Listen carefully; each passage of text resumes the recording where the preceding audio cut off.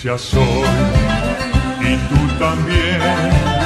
En el bautismo renacimos a una vida singular y a confirmar hoy nuestra fe.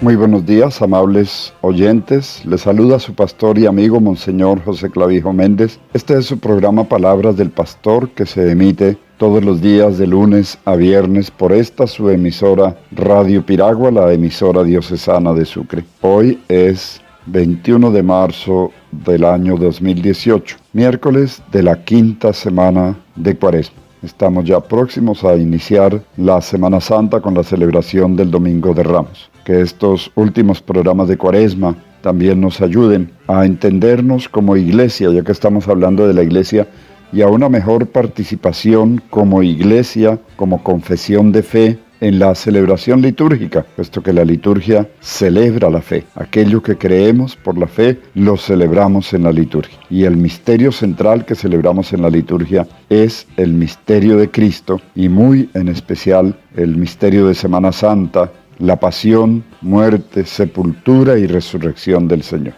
Vamos a comenzar nuestro programa dirigiendo al Señor nuestra oración como iglesia y como pueblo de Dios. Este Salmo 42, que en su origen estaba unido al Salmo 43, es claramente un salmo de súplica individual. Tomado de forma aislada, el Salmo 42 puede clasificarse como de confianza individual, pero vamos a considerarlo, en nuestro caso, como otro salmo de súplica individual. La persona que compuso este salmo, el salmista, estaba vinculada al templo de Jerusalén, a sus ritos y a sus celebraciones litúrgicas. Se ve claramente en el versículo 5. Empiezo a recordar y mi alma se desahoga dentro de mí. Cómo marchaba frente al grupo hacia la casa de Dios, entre gritos de júbilo y alabanza, en el bullicio de la fiesta. ¿Qué es lo que había sucedido al salmista? Había sido exilada probablemente en la Alta Galilea, cerca del macizo del Hermón. Es un lugar árido con poca agua. El deshielo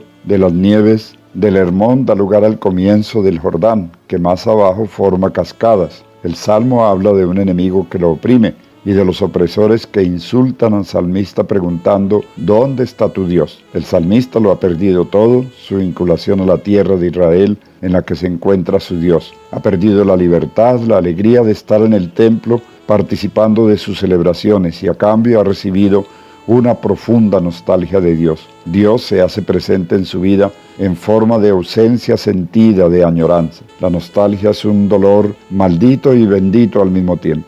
Maldito porque acusa una ausencia, bendito porque la persona amada está siempre presente. La nostalgia es muy grande. Para hablar de la ausencia de Dios se sirve de la imagen de la sierva que brama de sed. El alma del salmista, es decir, su garganta, está seca a causa de la sed. Es un modo de decir que todo su ser sin la presencia de Dios, además de perder líquido, se seca y muere. Más duro resulta aún tener que escuchar el regocijo de los opresores que irónicamente le preguntan si su Dios no ha tomado ninguna precaución. El recuerdo de lo que hacía en el templo le inunda de nostalgia y de tristeza. Todo esto hace que su alma se aflija y gima, que se encuentre postrado del mismo modo que se postraba ante Dios en el templo. La segunda estrofa hace referencia al lugar en que probablemente se encuentra exilada la persona. Recuerda los rápidos y cascadas que dan origen al río Jordán, pero el salmista entiende todo esto como un torrente de desgracias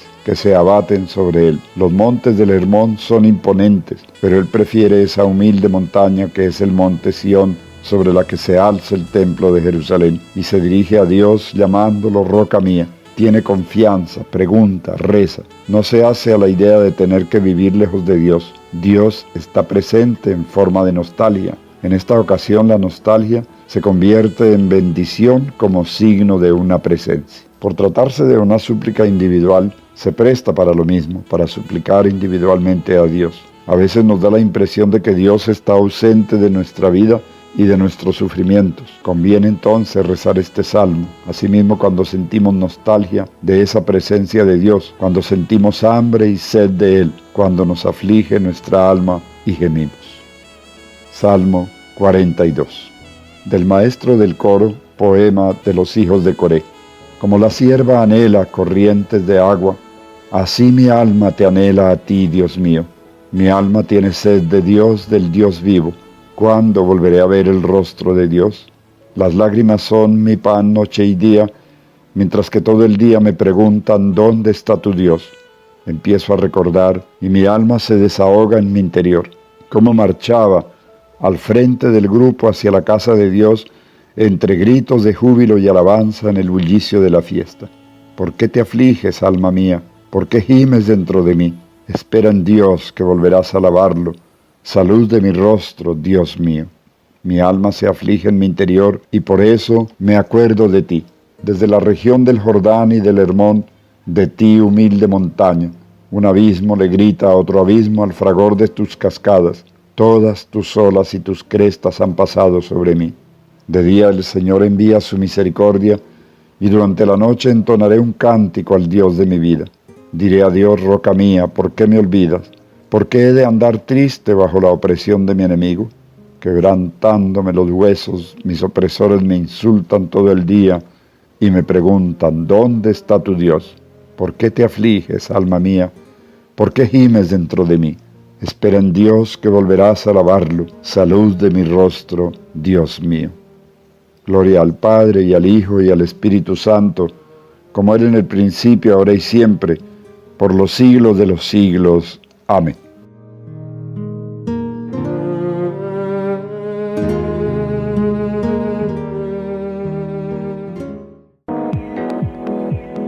Laboratorio Clínico Especializado Yamina Cumplido Romero. Nuestro mejor servicio es para usted. Ofrecemos servicio de salud de alta complejidad, representados en exámenes de laboratorio clínico de carácter preventivo, de diagnóstico y control clínico de primer nivel, segundo nivel y tercer nivel de complejidad, dentro de los más altos lineamientos de calidad, excelencia y ética profesional. Contamos con los servicios de exámenes de hematología y coagulación, inmunología, pruebas especiales, microbiología, biología molecular, parasitología, química sanguínea y uroanálisis. Estamos ubicados en la carrera 21, número 1875, Barrio Fort, en Sincelejo. Teléfono 274-7575, 282-0425, celular 310-633-9879. Laboratorio Clínico Especializado Yamina Cumplido Romero. Servicios especializados de laboratorio. Nuestro mejor servicio es para usted.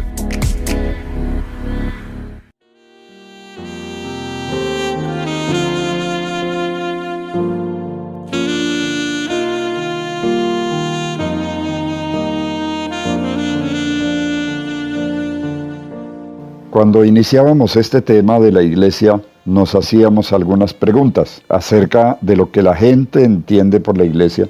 Y cuando decimos la gente, decimos lo que popularmente entienden por iglesia, aún entre los mismos católicos miembros de la iglesia. Por alguna razón, de pronto histórica, no ciertamente teológica ni eclesiológica, se confunde la iglesia con los miembros del clero. Y los mismos católicos le preguntan al clero, ¿qué dice la iglesia acerca de? Y cuando a mí me preguntan, como obispo, alguien, ¿y qué dice la iglesia? Yo, si tengo una cierta confianza con la persona, le pregunto, ¿tú eres de la iglesia o no eres de la iglesia? ¿Tú eres bautizado? ¿Frecuentas alguna parroquia? Por tanto, eres iglesia. Entonces no me preguntes a mí por lo que piensa la iglesia, porque tú debes saberlo como miembro de la iglesia. Lo que pienses tú, piensa la iglesia. Otra cosa es que me preguntes, ¿qué piensan los obispos? ¿O qué piensa la jerarquía? Es una de las muchas confusiones que tenemos y que normalmente es como un efecto secundario de un concepto que manejan los medios de comunicación. Aún si el periodista es católico, va a la iglesia, participa en su parroquia, como periodista no se siente miembro de la iglesia, no se ubica dentro de la iglesia. Para él, como periodista, la iglesia es otra cosa distinta de él. Bien, este es un equívoco que tenemos que afrontar, pero que no deberíamos afrontar, porque aún un periodista católico me hace una pregunta, ¿qué piensa la iglesia? Y yo tendría que decirle, amigo periodista, tú eres miembro de la iglesia, lo que piensas tú es lo que piensa la iglesia. ¿Piensas como la iglesia? ¿O te sientes aparte, fuera de la iglesia? ¿Por qué digo esto? Porque hoy vamos a hablar de esa inmensa mayoría de miembros de la iglesia que llamamos los laicos. En la pregunta 139, el Catecismo de la Iglesia Católica habla de la vocación de los laicos. ¿En qué consiste la vocación de los laicos? Y nos da una respuesta de 3 renglones, o más aún de 2 renglones y medio en negrilla. Los laicos son enviados para comprometerse en la sociedad, para que el reino de Dios pueda crecer en medio de los hombres. Y explica de la siguiente manera el catecismo. Un laico no es un cristiano de segunda clase. Por eso mi respuesta al periodista o al católico que no se siente iglesia y por eso hace la pregunta ¿qué piensa la iglesia? Un laico no es un cristiano de segunda clase, porque él también es miembro del cuerpo de Cristo y participa del sacerdocio de Cristo. Por el sacramento del bautismo, todos los bautizados hemos sido constituidos sacerdotes, profetas y pastores. Y por tanto, como sacerdotes, lo que hace la iglesia lo hacemos todos. Yo no soy un espectador de lo que hace la iglesia, yo soy un miembro que participa de la vida de la iglesia. Como profeta, desde mis convicciones cristianas, sea sacerdote o no sea sacerdote, yo tengo que profetizar sobre las personas que me rodean y decirles esto está bien, esto está mal, esto no lo quiere Dios, esto no está de acuerdo con los mandamientos. Tengo que ser un profeta y tener unas convicciones para ser profeta. Y como pastor tengo una misión por el hecho de ser bautizado. Entonces lo que nos une a todos los miembros de la iglesia, tanto a los clérigos como a los que no son clérigos, es el bautismo. Ya lo veíamos cuando hablábamos de las notas constitutivas de la iglesia. ¿Qué es lo que constituye la iglesia católica? Lo que nos hace miembros de la iglesia católica es el bautismo. Recibimos el mismo bautismo. Y entonces, en virtud de mi bautismo, yo ejerzo una misión en la iglesia. El laico, entonces, dice, se ocupa de que las personas de su entorno, en el colegio, en el lugar de trabajo, en la cuadra, en el barrio, entre los miembros de su familia, en el club o en el grupo que frecuente, todas esas personas deben conocer el Evangelio y deben conocer a Cristo. ¿Y quién es el encargado de llevarles ese conocimiento? Pues el vecino, el amigo, el compañero de trabajo, que es miembro de la iglesia. Esa es su misión. Por eso, la fe del laico influye en la sociedad, en la economía, en la política. De modo que todo laico, como miembro de la iglesia, y al mismo tiempo miembro de la sociedad, influye en la sociedad con su pensamiento cristiano. Todo laico tiene funciones económicas, así sea la simple función de ganar un sueldo o de tener una cuenta de ahorros o tener una pequeña empresa. Hace parte de los movimientos económicos, pero él como católico tiene unos criterios para mover la economía, tiene unos criterios para comerciar y en eso se distingue de los que no son miembros de la iglesia. Y en la política ni se diga, un católico hace presente su fe en el mundo de la política, opinando, apoyando a quienes tienen buenas ideas para el desarrollo, para el progreso, pero no fomentan ideas contrarias a la fe católica. Un católico no puede apoyar a un político que, aunque se dice católico, apoya políticas contrarias a la fe católica. El laico respalda la vida eclesial asumiendo, por ejemplo, servicios dentro de la iglesia, leer la palabra de Dios en las celebraciones, servir en la liturgia de otra manera, o en el canto, o en la administración de la caridad, o participando en el consejo parroquial de economía, o en el consejo parroquial de pastoral, o representando a su parroquia en determinadas actividades eclesiales, o como catequista, evangelizando a los hijos de los miembros de la comunidad para preparar los sacramentos, por ejemplo. Los jóvenes, que también son laicos porque también son bautizados, deben reflexionar en la medida que van avanzando en su inserción en la vida eclesial, a qué los está llamando Dios. Por supuesto, si un joven siente la llamada a ir al seminario, pues entrará más tarde, si es ordenado sacerdote, a ser parte del clero. Pero si no, hará parte del laicado, de un laicado activo, de un laicado comprometido con las tareas de la iglesia. Bien, esta explicación un poco más larga que trae el catecismo sobre los laicos es muy importante. El número 138 nos habla de los religiosos. Entonces, hablamos del clero, los laicos, que son la inmensa mayoría de cristianos, y hay unos que llamamos los religiosos o los consagrados, que son cristianos que han elegido un modo específico de vida en comunidad, unidos por una espiritualidad determinada y por unos votos de castidad, pobreza y obediencia. Todo cristiano, esto es propio de todo cristiano, y todo cristiano tiene que ser pobre, es decir, usar con moderación de los bienes de este mundo, no ser ostentoso, mucho menos cuando hay pobres a su alrededor, pues él lo que tiene que hacer en lugar de llenarse de lujos es compartir con los pobres. Entonces a los laicos, pues Dios les asigna su misión, ¿no? ser padres de familia, ser profesionales, influir en la política, influir en las profesiones, llevar la fe a todos los terrenos que son propios de las actividades del mundo, la educación, la academia, la cultura, la política, la economía. Ese es el papel de los laicos. A otros lo llama ser sacerdote dentro de la iglesia. Entonces tenemos los clérigos, que son realmente poquitos. El ser clérigo no es aspirar a puestos de poder dentro de la iglesia. De pronto también hay esa confusión, que el clérigo es el que ostenta el poder en la iglesia. No, en la iglesia todos tenemos servicios, desde el Papa hasta el niño recién bautizado. Todos tenemos servicios, nadie tiene poder en el sentido del poder de este mundo.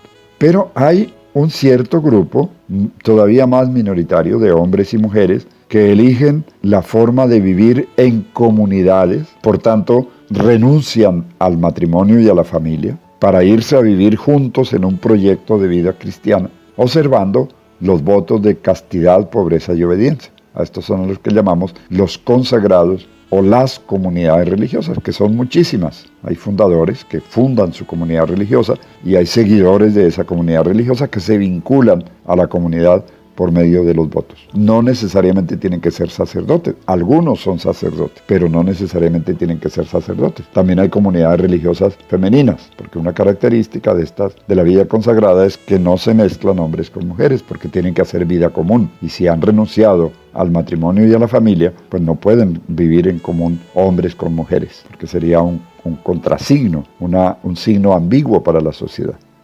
Y luego, en la pregunta 140, se nos habla de la iglesia como organización, pero no tanto cómo está organizada la iglesia. No es tanto eso lo que quiere responder la pregunta, sino si en la iglesia, ¿quién decide? ¿Quién toma las decisiones? ¿Cómo se toman las decisiones? Entonces hay una pregunta. ¿Por qué la iglesia no es una organización democrática? Bien, aclaremos. ¿Qué es una organización democrática? Es una organización en la que se pregunta, se llega a un consenso y gana lo que opine la mayoría. Entonces, la iglesia actúa así, de esa manera. Se reúne, por ejemplo, toda una parroquia y entonces se dice, levanten la mano los que están de acuerdo con esto, ahora bajen la mano, ahora levanten la mano los que no están de acuerdo. Entonces, como la mayoría levantó la mano para decir que no estaba de acuerdo, entonces, por ser opinión de la mayoría, dice el encargado, pues bueno, como la mayoría opinó que no, entonces no lo vamos a hacer.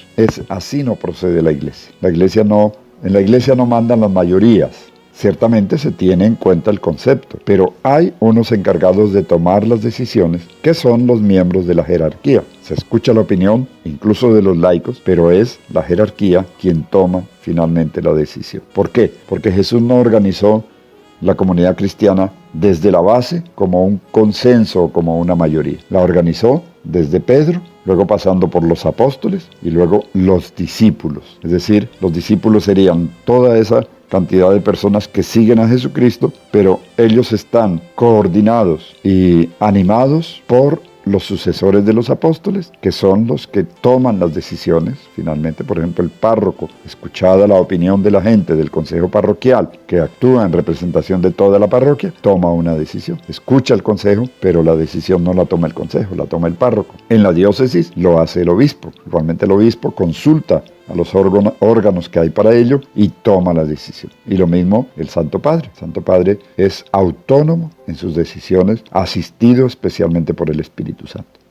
Y esto no significa que la iglesia sea una especie de dictadura en la que manda un monarca, alguien que asume todas las funciones del poder. Existe una cosa que se llama la colegialidad de la iglesia. Por ejemplo, cuando se reúne un concilio ecuménico, todos los obispos forman un colegio y es el colegio el que toma las decisiones. Esta es la forma de ser de la iglesia. A esta forma de ser la iglesia, porque Cristo así la quiso, así la instituyó, la llamamos constitución jerárquica de la iglesia. La palabra jerarquía viene del griego hieros y argé, que traducido significa origen sagrado. La constitución escalonada de la iglesia establecida por Cristo, de quien procede todo poder y autoridad. Entonces quedamos, la iglesia no es una monarquía en la que una sola persona decide, tampoco es una democracia en la que gana la mayoría, sino que es una jerarquía. El elemento jerárquico en la iglesia consiste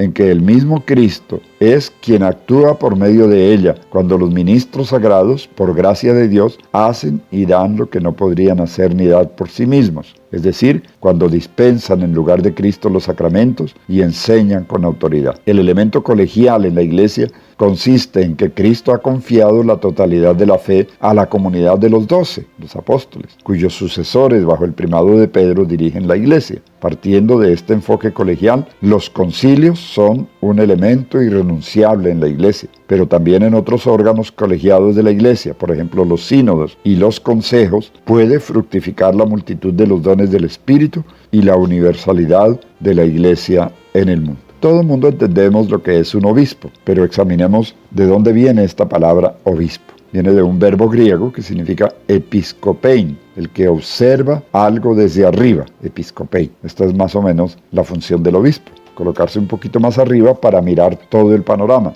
Como miembro del colegio episcopal, cada obispo participa de la solicitud por todas las iglesias bajo la autoridad del Papa. Entonces, ¿quién es el Papa? Pregunta 141. ¿Cuál es la misión del Papa? Entonces nos define al Papa. El Papa es sucesor de San Pedro, cabeza del colegio de obispos, garante de la unidad de la Iglesia, tiene potestad pastoral suprema y es la autoridad máxima en las decisiones doctrinales y disciplinares en la Iglesia. ¿Y esto por qué? Porque Jesús otorgó a Pedro una primacía única entre los apóstoles. En el gesto por el cual Jesús constituye a Pedro, le da las llaves y lo constituye en la autoridad suprema, eso no valió solo para Pedro como una emergencia en la que el Señor tomó esa decisión, sino que vale para toda la Iglesia en todos los tiempos. ¿Y por qué el sucesor de Pedro es el obispo de Roma? Bueno, porque Pedro tomó la cátedra de Roma desde el comienzo de la Iglesia y fue el obispo de Roma. Y desde allí, desde esa cátedra en que se sentó Pedro, sigue estando el obispo de Roma como garante de la comunión de todos los obispos y garante de la unidad de la Iglesia con Cristo. La Iglesia entendió, en la medida en que fue desarrollándose, que la Iglesia de Roma tenía una prelación sobre las demás iglesias que iban naciendo. Toda comunidad debía estar de acuerdo con Roma. Roma era la regla de la fe recta, plena y apostólica. Y hasta nuestros días, así lo entendemos, el obispo de Roma, al igual que Pedro, es el supremo pastor de la Iglesia, cuya verdadera cabeza es Cristo. Solo en esta función es el Papa el vicario de Cristo en la tierra. Como autoridad suprema, pastoral y doctrinal, vela para que la transmisión auténtica de la fe, si es necesario, debe retirar el permiso de enseñar o suspender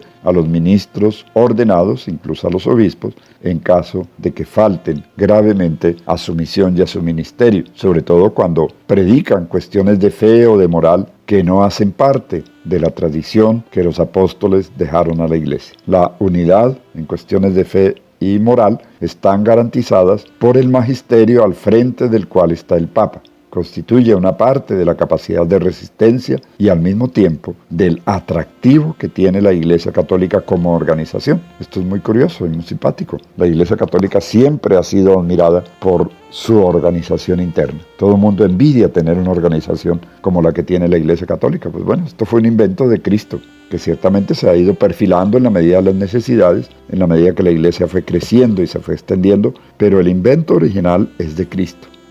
Entonces, el Santo Padre, el Papa, al que le toque en cada momento de la vida y de la historia, pues es el encargado de esta unidad y el que garantiza que la fe que se predica en todo lugar de la Iglesia es la fe auténtica.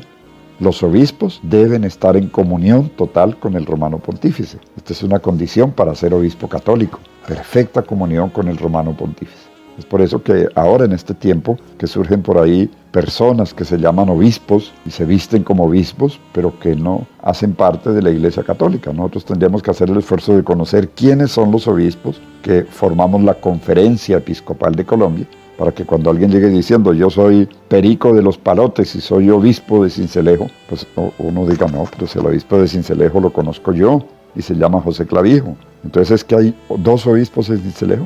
Hay grupos por ahí que se van autodenominando católicos, pero que no son católicos porque no están en comunión con la Iglesia Católica, y que eligen obispos que por supuesto no están en comunión con el Romano Pontífice. No podemos decir que son falsos, porque los eligió su Iglesia, pero nosotros como católicos sabemos y debemos conocer quiénes son nuestros obispos y quiénes se llaman obispos, pero no son obispos de nuestra Iglesia Católica.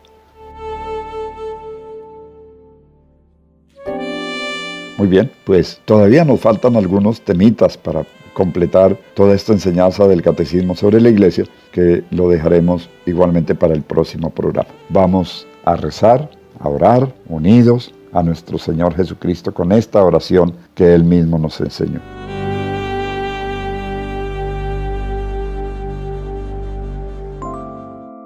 Padre nuestro que estás en el cielo, santificado sea tu nombre.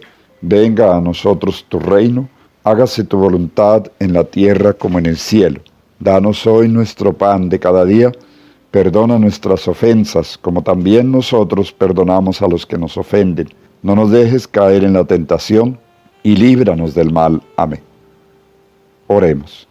Ilumina, Señor, el corazón de tus fieles, purificado por las penitencias de Cuaresma, y tú que nos infundes el piadoso deseo de servirte, escucha paternalmente nuestras súplicas.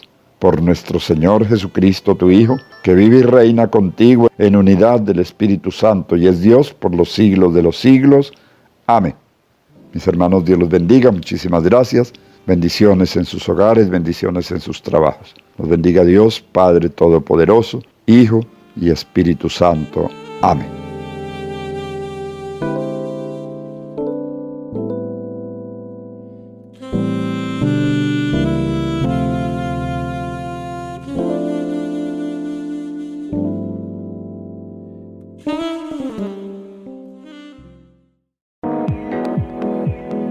Laboratorio Clínico Especializado Yamina Cumplidos Romero. Nuestro mejor servicio es para usted. Ofrecemos servicio de salud de alta complejidad, representados en exámenes de laboratorio clínico de carácter preventivo, de diagnóstico y control clínico de primer nivel, segundo nivel y tercer nivel de complejidad, dentro de los más altos lineamientos de calidad, excelencia y ética profesional. Contamos con los servicios de exámenes de hematología y coagulación, inmunología, pruebas especiales, microbiología, biología molecular, parasitología, química sanguínea y uroanálisis. Estamos ubicados en la carrera 21, número 1875, Barrio Fort, en Sincelejo. Teléfono 274-7575, 282-0425, celular 310-633-9879. Laboratorio Clínico Especializado Yamina Cumplidos Romero. Servicios especializados de laboratorio. Nuestro mejor servicio es para usted.